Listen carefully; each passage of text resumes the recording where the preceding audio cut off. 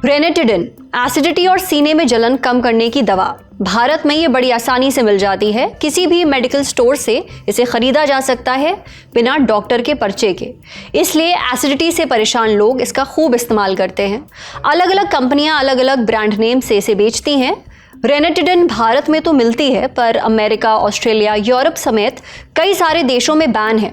अब नई अपडेट ये है कि drugs controller general of India यानी कि DCGI डॉक्टर राजीव सिंह रघुवंशी ने पूरे देश में रेनेटिडिन दवा की सेफ्टी जांचने के आदेश दिए हैं। DCGI CDSCO के हेड हैं। CDSCO यानी कि central drug standard control organisation. ये भारत में दवाओं को जांचने और मंजूरी देने वाली संस्था है। इसकी तरफ से सभी राज्यों और केंद्र शासित प्रदेशों को निर्देश दिया गया है कि वो रेनेटिडिन बनाने वाली कंपनियों पर निगरानी रखें। ये तय किया जाए कि कंपनियां दवा और उसको बनाने में इस्तेमाल की गई चीज़ों में NDMA की मात्रा जांचें। NDMA एक तरह का केमिकल है। इसे कैंसर पैदा करने वाला माना जाता है। सावधानी के तौर पर दवा की शेल्फ लाइफ घटाने की सिफारिश भी की गई है, यानी इसकी एक्सपायरी अब जल्दी होगी। लेकिन ये निर्देश आए क्यों?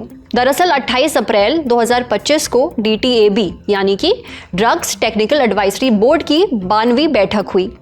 उसी में एक एक्सपर्ट पैनल ने NDMA को लेकर रिपोर्ट दी, जिसके बाद ये फैसला लिया गया। मीडिया रिपोर्ट्स के मुताबिक अब एक बड़ी कमेटी बनाई जाएगी जो जांच करेगी कि NDMA बनाने में दवा की मैन्युफैक्चरिंग प्रक्रिया और स्टोरेज कंडीशन का क्या रोल होता है। बोर्ड ने सिफारिश की है कि ICMR यानी कि Indian council of medical research भी एक स्टडी करे जिसमें रेनेटिडिन की लॉन्ग टर्म सेफ्टी की जांच पड़ताल की जाए। इसका मकसद ये समझना है कि क्या रेनेटिडिन लंबे समय तक इस्तेमाल के लिए सेफ है या नहीं, सेहत के लिए नुकसानदेह तो नहीं है।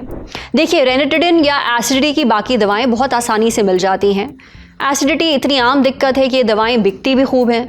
लोग ज़रा सी एसिडिटी होते ही तुरंत एंटासिड खा लेते हैं। एंटासिड यानी एसिडिटी की दवा। अब अगर आप भी एसिडिटी ठीक करने के लिए एंटासिड खाते रहते हैं तो कुछ खास बातों का ध्यान रखना बहुत ज़रूरी है। इनके बारे में हमें बताया अमृता हॉस्पिटल फरीदाबाद में गैस्ट्रोएंटेरोलॉजी डिपार्टमेंट के senior consultant doctor Mahendra Singh Rajput ने। डॉक्टर महेंद्र बताते हैं कि एंटासिड सिर्फ फौरी राहत देती हैं। बिना डॉक्टर की सलाह के इन्हें लंबे समय तक नहीं लेना चाहिए। अगर आपको बार बार एसिडिटी, सीने में जलन या पेट दर्द होता है तो ये किसी गंभीर बीमारी का इशारा हो सकता है, जैसे कि गैस्ट्रिक अल्सर, GERD यानी कि गैस्ट्रोएसोफेगल रिफ्लक्स डिजीज, या फिर पाचन तंत्र से जुड़ी कोई दूसरी बड़ी समस्या।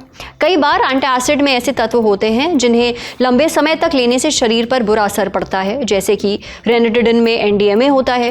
कुछ दवाओं में एल्यूमिनियम और मैग्नीशियम वगैरह पाया जाता है।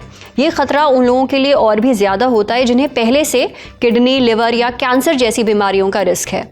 कई बार एंटासिड दूसरी दवाओं के असर को कम कर सकते हैं या उनके साथ मिलकर रिएक्शन पैदा कर सकते हैं, जैसे आयरन और कैल्शियम के सप्लीमेंट या कुछ एंटीबायोटिक्स। इसलिए हमेशा डॉक्टर से पूछें कि आपकी मौजूदा दवाओं के साथ एंटासिड लेना सेफ है या नहीं। वैसे अगर आपको एसिडिटी से राहत पानी है तो अपने खाने पीने और लाइफस्टाइल में सुधार करें। मसालेदार चीज़ें कम खाएं, टाइम पर खाएं, सिगरेट शराब ना पिएं और सोने से पहले भारी खाना ना खाएं।